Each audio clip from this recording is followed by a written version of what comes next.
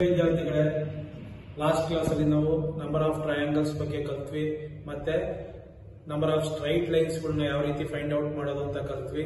ಮತ್ತೆ ಕೊಟ್ಟಿರೋ ಒಂದು ಕ್ಲಾಕ್ ನಲ್ಲಿ ಅವರ್ ಅಂಡ್ ಮಿನಿಟ್ ಗ್ಯಾಂಡ್ ಇರೋ ಡಿಫರೆನ್ಸ್ ಎಷ್ಟು ಅಂತ ಕಲ್ತ್ವಿ.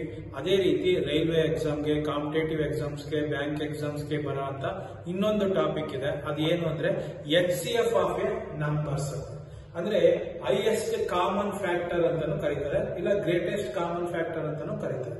ಈ ತರ ಕ್ವಶನ್ಸ್ ನಿಮ್ಗೆ ಬ್ಯಾಂಕ್ ಎಕ್ಸಾಮ್ ಅಲ್ಲಿ, ರೈಲ್ವೆ ಎಕ್ಸಾಮ್ ಅಲ್ಲಿ ಫ್ರೀಕ್ವೆಂಟ್ ಆಗಿ ಕೇಳ್ತಾನೆ ಇರ್ತಾರೆ. ಈಗ ನಾನು ಇನ್ನೊಂದು ಎಕ್ಸಾಂಪಲ್ ತಗೊಂಡಿದ್ದೀನಿ, HCF ಆಫ್ 20, 30, 40 ಅಂತ. ಆಯ್ತಾ? ಈ ತರ 3 ನಂಬರ್ ಕೊಟ್ಟು HCF ನ ಯಾವ ರೀತಿ ಕಂಡುಹಿಡಿಯೋದು ಅಂತ ನೋಡಿ. ಏನ್ ಮಾಡ್ಬೇಕು, ಕೊಟ್ಟಿರೋ 3 ನಂಬರ್ ಅಲ್ಲಿ ಸ್ಮಾಲೆಸ್ಟ್ ನಂಬರ್ ಯಾವುದು ಅಂತ ನೋಡ್ಬೇಕು. ಸ್ಮಾಲೆಸ್ಟ್ ನಂಬರ್ ಬಂದು ಯಾವುದು? 20.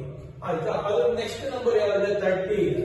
ಅದನ್ನ ಈ 20 ಇಂದ ನಾವು ಡಿವೈಡ್ ಮಾಡಬೇಕು. ಡಿವೈಡ್ ಮಾಡಿದ್ರೆ 20 1s 20, ರಿಮೈಂಡರ್ ಏನು ಉಳ್ಕೊಂಡು 10. ಈ ರಿಮೈಂಡರ್ ಏನು ಉಳ್ಕೊಂಡಿದೆಯಲ್ಲ, ಆ ರಿಮೈಂಡರ್ ಇಂದ ಅಗೈನ್ ಈ 20 ನ ಡಿವೈಡ್ ಮಾಡಿ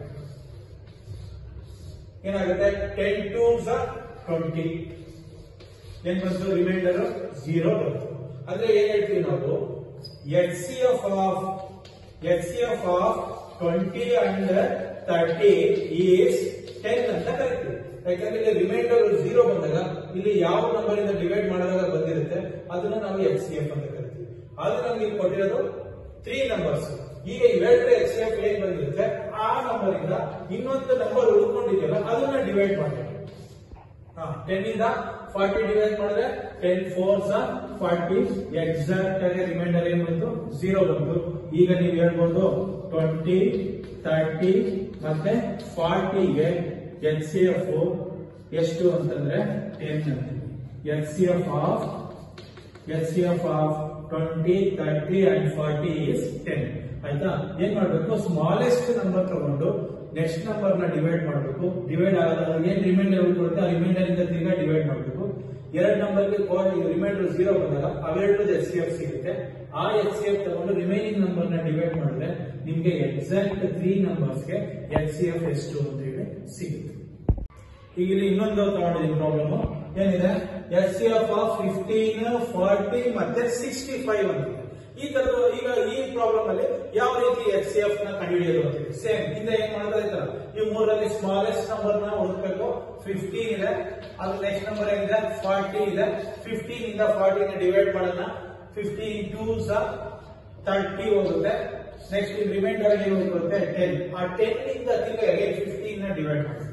10 ಇಂದ 15 ನ ಡಿವೈಡ್ ಮಾಡಿದ್ರೆ 10 1s 10 ಅಂದ್ರೆ ಏನು ಉಳ್ಕೊಂತು? ರಿಮೈಂಡರ್ 5 ಉಳ್ಕೊಂತು. ಆ 5 ಇಂದ ಅಗೇನ್ 10 ನ ಡಿವೈಡ್ ಮಾಡಬೇಕು. 5 ಇಂದ 10 ನ 5 2s 10, ರಿಮೈಂಡರ್ 0 ಬರೋವರೆಗೂ ಇದೇ ಪ್ರೊಸೀಜರ್ ಮಾಡಬೇಕು.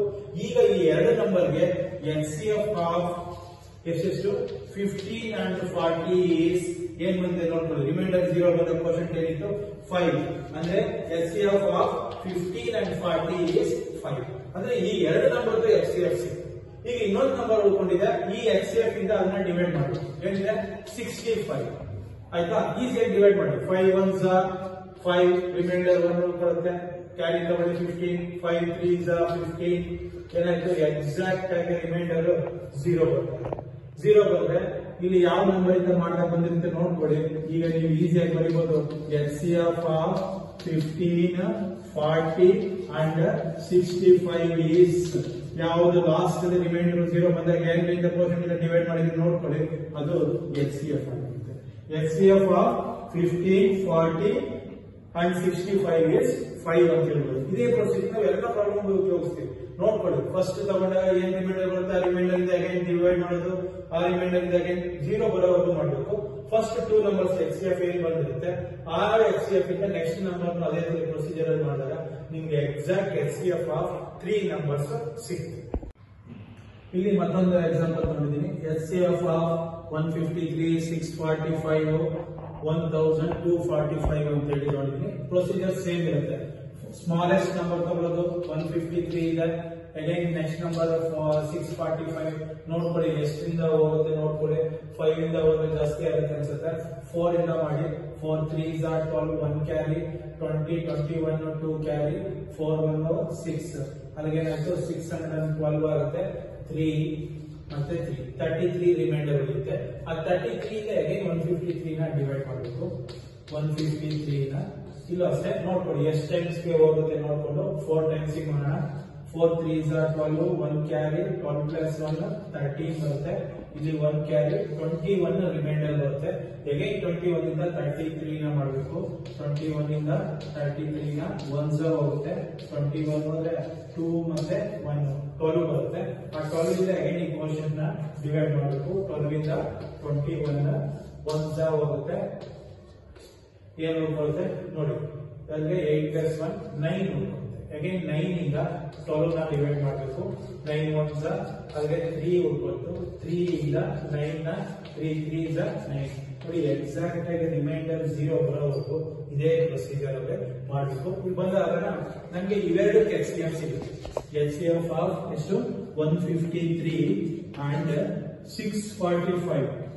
645 is ಎಷ್ಟು ಅಂದ್ರೆ 3.